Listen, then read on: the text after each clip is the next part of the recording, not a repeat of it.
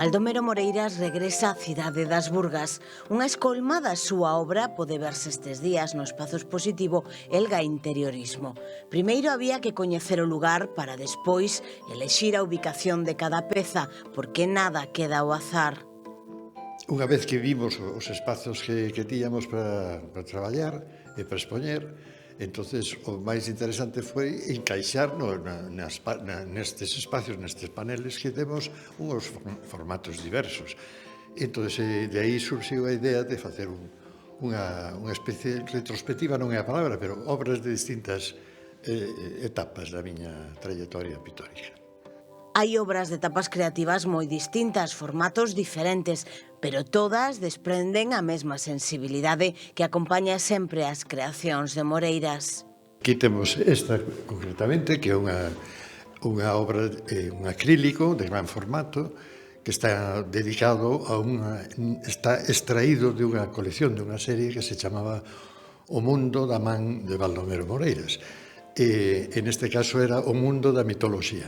E este persoallo que eu aquí represento é unha Venus. A Venus é a clave da beleza. O traballo máis reciente está tamén presente nesta mostra, a través dos collages do Entroido.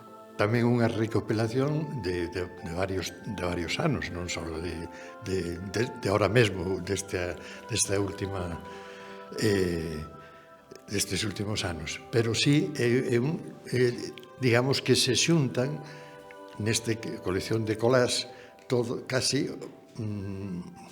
a colección general será de uns 80 ou 100 collages e cartéis que se presentaron na Fundación de Celanova Cruz Enríquez, e aquí traemos uns pequenos exemplos. Non podía faltar unha representación do Eco das Amazonas, unha das series máis queridas polo público. É unha serie dedicada ás mulleres esquecidas ao longo da historia. Foi un traballo que unha pequena investigación que partiu da lectura dun libro de Rosa Montero, na que falaba de que as mulleres esquecidas o que temos que facer é tratar de buscalas tirando de un fío condutor, de unha primeira que empeces a topar, inmediatamente surxen as outras.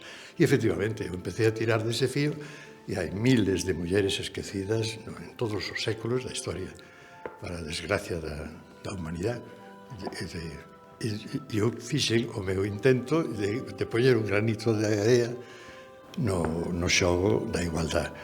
E este traballo está feito en esferas policromadas. Un prazer para os sentidos deixarse levar pola súa arte.